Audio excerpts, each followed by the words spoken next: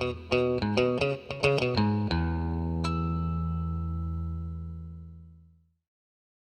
everyone, and welcome to another one of our videos. Today I'm going to be showing you how to replace the forward oxygen sensor on our 2000 Mercedes ML320. We recently had a check engine light pop up on the car, and whenever I scanned it using this nice scan tool that I have specifically for Mercedes, it came up with a forward oxygen sensor. So that's the one that controls your air-fuel ratios. And that's not a good thing to leave unchecked and unfixed, because if it starts running rich, which it likely will, then you may end up ruining your catalytic converter. So this is definitely a repair that you need to do if you have a check engine light for that. So with that, I'm going to step over to the car, take a look at what we're dealing with, and I'll come back and show you how to pull out that old sensor. Okay, so the first step in fixing the O2 sensor issue is figuring out which sensor is actually broken. So the codes that we had on this particular vehicle were P0150 and P0155, which points to a bank 2 sensor 1 issue. So sensor 1 is what I described in the previous video segment, which is the pre-catalytic converter sensor. So the one that's in between the exhaust manifold and the catalytic converter. Now, bank 1 is where cylinders 1, 2, and 3 are on this Mercedes, and bank 2 is where cylinders 4, 5, and 6 are on this Mercedes. This is a V6 model. So, in order to determine which bank is which, if you pull off the engine cover, which I've done, and if you take a look at the valve cover, you can see that Mercedes conveniently has labeled which cylinder is which. And you can see that in this case, on the driver's side, right by the oil filler neck right here, we have cylinder 4. So the driver's side is bank 2 on this particular vehicle.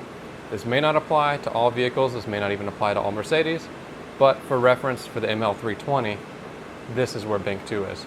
So I'm going to go ahead and do a little bit of poking around underneath the car, figure out what the best way to approach removing the sensor is, and we'll go from there. Okay, so we're down here underneath the car. For reference, this is right here that my orange glove is on is the front differential, and you can see the oxygen sensor is right there, so you can reach right up through this area and get to the oxygen sensor. And then the connector is right there on the side of the transmission bell housing. So really we've got pretty good access, at least on the driver's side, in order to remove the oxygen sensor. So what I'm going to do is go ahead and take the correct size wrench, which I'll let you know what that is after I've pulled the sensor out, and I'll disconnect the connector and see how easily we can get this sensor out. Alrighty, as you can see, we have the sensor out now. This is the old one, this is the new one. It's actually really simple. I just slipped a 22mm wrench, which is the size that fits the oxygen sensor, up through that area that I showed you, and was able to break it loose no problem. Didn't even need to use any aerocoil or PB blast or anything like that. Although if you have a northern vehicle, you might need to. So in order to get the connector loose, that was the other obstacle that I had to figure out. There's two tabs, one here and one on this side. And what I did was take a plastic pry tool, something similar to this right here, and slipped one up there and one up on the other side in order to pry the little tabs on the vehicle side connector back, and I was able to just pull this straight out. It was really, really simple, just a little bit of fiddling to get both of the pry tools in there at the same time without falling out. So the installation is going to be the reverse of disassembly.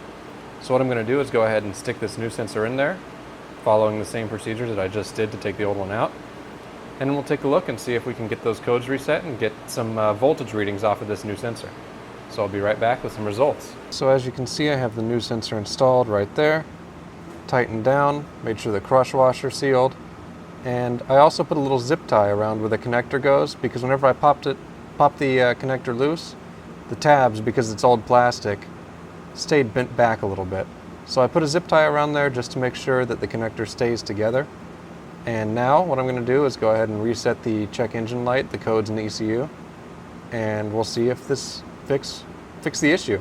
Now I'm here in the car, I have the ignition on, and I just cleared the codes. As you can see, I hit read codes on this scanner, which is also the one that I use to do a lot of Mercedes module diagnostics. This is just the generic OBD2 mode, because these are generic OBD2 codes. You can see the vehicle has no fault codes anymore. So what I'm going to do is go ahead and open up the garage door, start the vehicle, make sure that everything runs okay, and make sure that we got rid of that O2 sensor issue.